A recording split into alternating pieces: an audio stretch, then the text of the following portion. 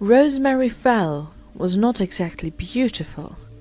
No, you couldn't have called her beautiful. Pretty? Well, if you took her to pieces. But why be so cruel as to take anyone to pieces?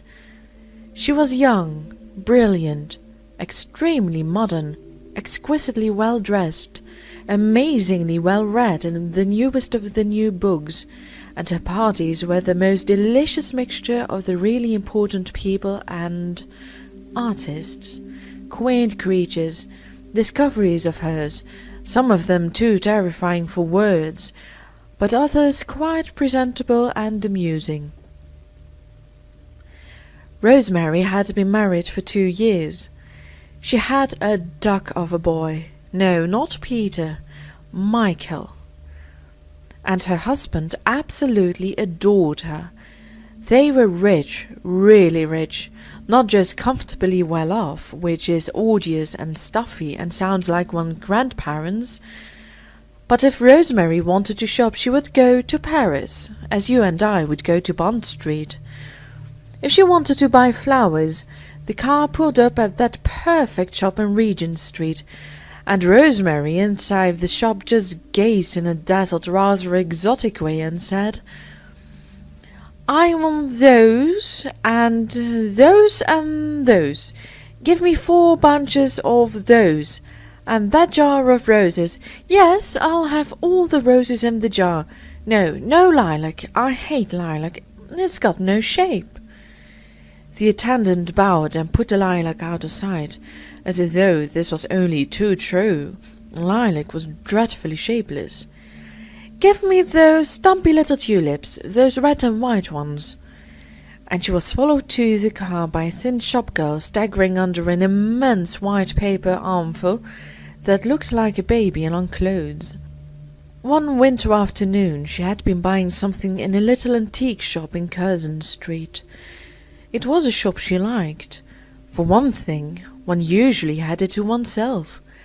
And then the man who kept it was ridiculously fond of serving her. He beamed whenever she came in.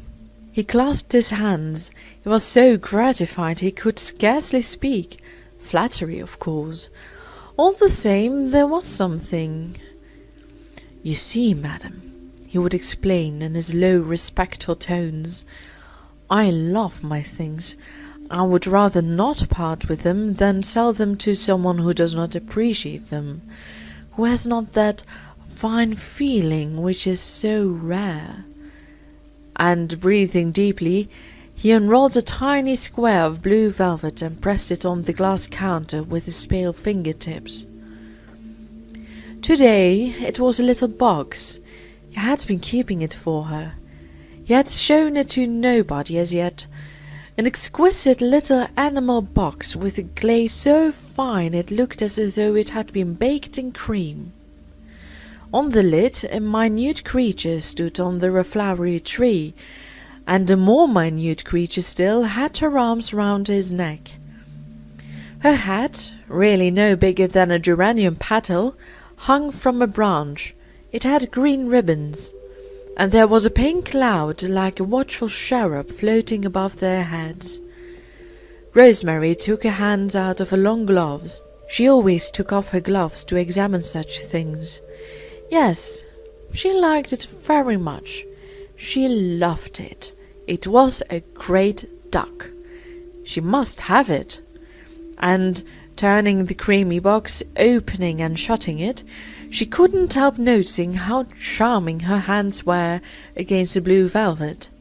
The shopman, in some divine cavern of his mind, may have dared to think so too, for he took a pencil, leaned over the counter, and his pale, bloodless fingers crept timidly towards those rosy flashing ones, as he murmured gently, "If I may venture to point out, madam, the flowers on the little lady's bodice." Charming! Rosemary admired the flowers. But what was the price? For a moment the shopman did not seem to hear. Then a murmur reached her. 28 guineas, madam." 28 guineas! Rosemary gave no sign. She laid the little box down. She buttoned her gloves again. 28 guineas, even if one is rich. She looked vague. She stared at a plump tea kettle like a plump hen above the shopman's head, and her voice was dreamy as she answered, "Well, keep it for me, will you? I'll—" But the shopman had already bowed, as though keeping it for her was all any human being could ask. He would be willing, of course, to keep it for her forever. The discreet door shut with a click. She was outside on the step, gazing at the winter afternoon. Rain was falling, and with the rain it seemed the dark came too, spinning down like ashes. There was a cold, bitter taste in the air, and the new lighted lamps looked sad. Sad were the lights in the houses opposite. Dimly they burned, as if regretting something. And people hurried by, hidden under their hateful umbrellas. Rosemary felt a strange pang. She pressed her muff against her breast. She wished she had a little box, too, to cling to. Of course, the car wasn't there. She'd only to cross the pavement. But still she waited. There are moments, horrible moments in life, when one emerges from shelter and looks out, and it's awful. One oughtn't to give way to them. One ought to go home and have an extra special tea. But at the very instant of thinking that, a young girl, thin, dark, shadowy, where had she come from, was standing at Rosemary's elbow, and a voice, like a sigh, almost like a sob, breathed, "Madam, may I speak to you a moment?" "Speak to me?" Rosemary turned. She saw a little battered creature with enormous eyes, someone quite young, no older than herself, who clutched at the coat collar with reddened hands, and shivered, as though she had just come out of the water. "Madam," stammered the voice, "would you let me have the price of a cup of tea?" "A cup of tea?" There was something simple, sincere in that voice. It wasn't in the least the voice of a beggar. "Then you have no money at all?" asked Rosemary. "None, madam," came the answer. How extraordinary! Rosemary peered through the dusk, and the girl gazed back at her. How more than extraordinary! And suddenly it seemed to Rosemary such an adventure. It was like something out of a novel by Dostoevsky, this meeting in the dusk. Supposing she took the girl home? Supposing she did do one of those things she was always reading about or seeing on the stage? What would happen? It would be thrilling. And she heard herself saying afterwards, to the amazement of her friends, "I simply took her home with me," as she stepped forward and said to the dim person beside her, "Come home to tea with me." The girl drew back startled. She even stopped shivering for a moment. Rosemary put out a hand and touched her arm. "I mean it," she said, smiling, and she felt how simple and kind her smile was. "Why won't you? Do come home with me now in my car and have tea." You don't mean it, madam," said the girl, and there was pain in her voice. "But I do," cried Rosemary. "I want you to please me. Come along." The girl put her fingers to her lips, and her eyes devoured Rosemary. You're not taking me to the police station?" she stammered. "The police station?" Rosemary laughed out. "Why should I be so cruel? No, I only want to make you warm, and to hear anything you care to tell me." Hungry people are easily led. The footman held the door of the car open, and a moment later they were skimming through the dusk. "There," said Rosemary. She had a feeling of triumph as she slipped her hand through the velvet strap. She could have said, "Now I've got you," as she gazed at the little captive she had netted. But of course she meant it kindly. Oh, more than kindly. She was going to prove to this girl that wonderful things did happen in life, that fairy godmothers were real, that rich people had hearts, and that women were sisters. She turned impulsively, saying, "Don't be frightened. After all, why shouldn't you come back with me? We're both women. If I'm the more fortunate, you ought to expect—" But happily at that moment, for she didn't know how the sentence was going to end, the car stopped.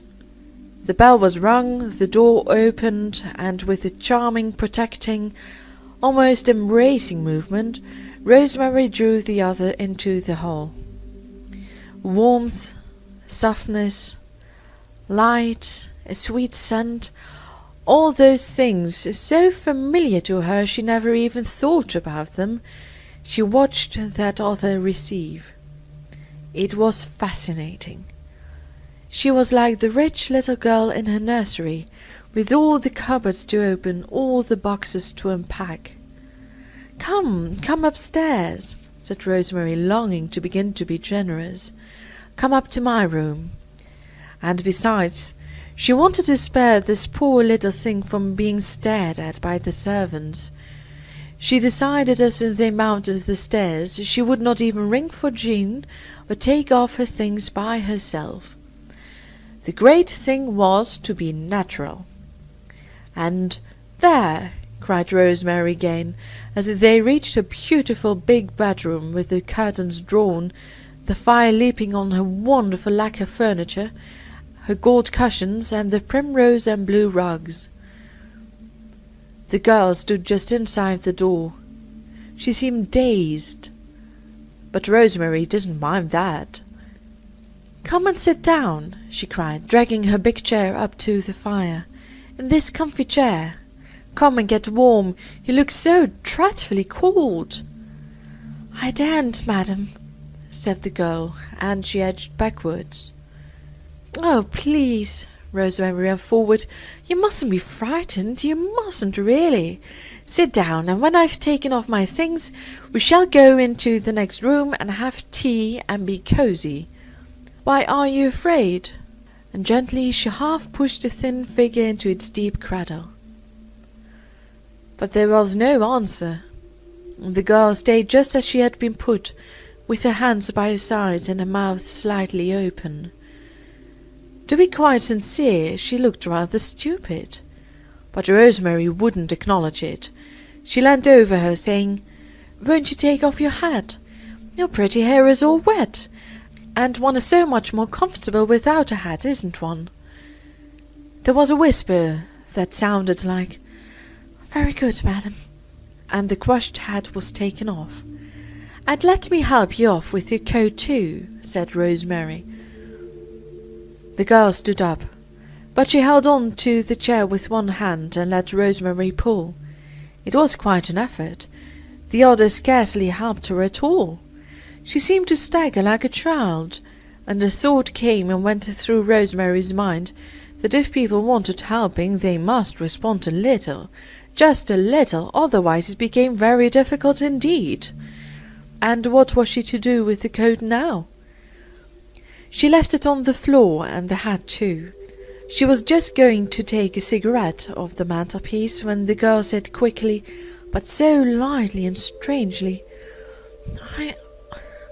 I'm very sorry, madam, but I'm going to faint. I shall go off, madam, if I don't have something." "Good heavens, how thoughtless I am!" Rosemary rushed to the bell. "Tea! Tea at once, and some brandy immediately!" The maid was gone again, but the girl almost cried out, "No, I don't want no brandy. I never drink brandy. It's a cup of tea I want, madam." And she burst into tears.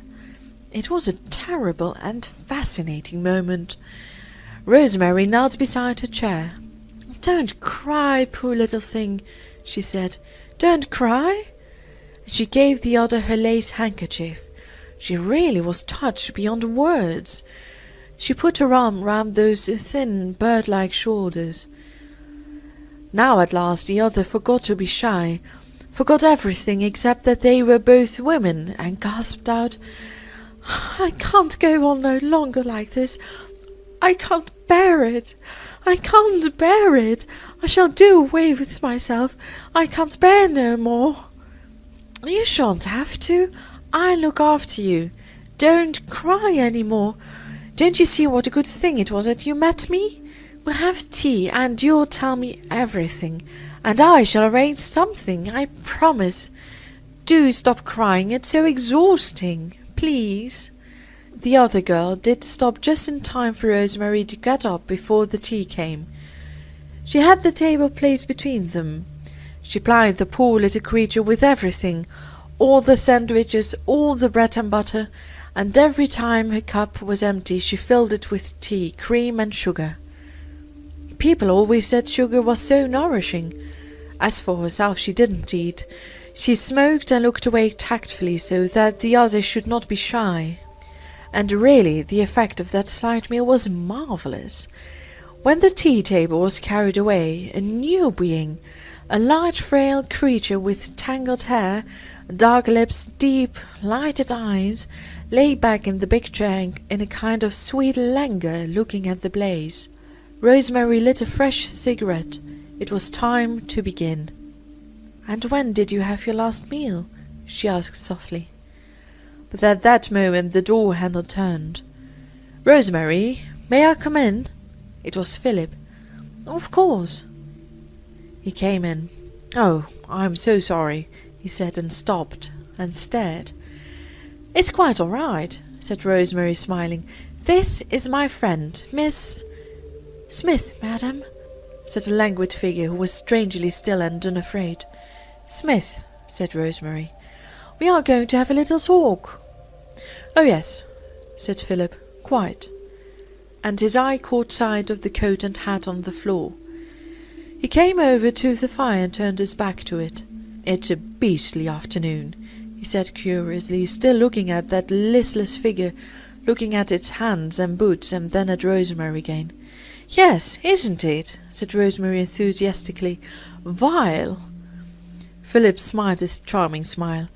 "As a matter of fact," said he, "I wanted you to come into the library for a moment. Would you? Will Miss Smith excuse us?" The big eyes were raised to him, but Rosemary answered for her. "Of course she will." And they went out of the room together. "I say," said Philip when they were alone, "explain, who is she? What does it all mean?" Rosemary, laughing, leaned against the door and said, "I picked her up in Curzon Street, really. She's a real pick-up. She asked me for the price of a cup of tea, and I brought her home with me." "But what on earth are you going to do with her?" cried Philip. "Be nice to her," said Rosemary quickly. "Be frightfully nice to her. Look after her. I don't know how. We haven't talked yet. But show her, treat her, make her feel—" "My darling girl," said Philip, "you're quite mad, you know. It simply can't be done." "I knew you'd said that," retorted Rosemary. "Why not? I want to. Isn't that a reason? And besides, one's always reading about these things. I decided—" "But," said Philip slowly, and he cut the end of a cigar, "she's so astonishingly pretty." "Pretty?" Rosemary was so surprised that she blushed. "Do you think so? I hadn't thought about it." "Good Lord!" Philip struck a match. "She's absolutely lovely. Look again, my child. I was bowled over when I came into your room just now. However, I think you're making a ghastly mistake. Sorry, darling, if I'm crude and all that, but let me know if Miss Smith is going to dine with us in time for me to look up the Milliners' Gazette." "You absurd creature," said Rosemary, and she went out of the library, but not back to her bedroom. She went to her writing-room and sat down at her desk. Pretty, absolutely lovely, bowed over. Her heart beat like a heavy bell. Pretty, lovely. She drew her cheque-book towards her. But no, cheques would be of no use, of course. She opened a drawer and took out £5 notes, looked at them, put two back, and holding the three squeezed in her hand, she went back to her bedroom. Half an hour later, Philip was still in the library when Rosemary came in. "I only wanted to tell you," said she, and she leaned against the door again and looked at him with a dazzled, exotic gaze. "Miss Smith won't dine with us tonight." Philip put down the paper. "Oh? What's happened? Previous engagement?" Rosemary came over and sat down on his knee. "She insisted on going," said she, "so I gave the poor little thing a present of money. I couldn't keep her against her will, could I?" she added softly. Rosemary had just done her hair, darkened her eyes a little, and put on her pearls. She put up her hand and touched Philip's cheeks. "Do you like me?" said she, and a tone sweet, husky, troubled him. "I like you awfully," he said, and he held her tighter. "Kiss me." There was a pause. Then Rosemary said dreamily, "I saw a fascinating little box today. It cost 28 guineas. May I have it?" Philip jumped her on his knee. "You may, little wasteful one," said he.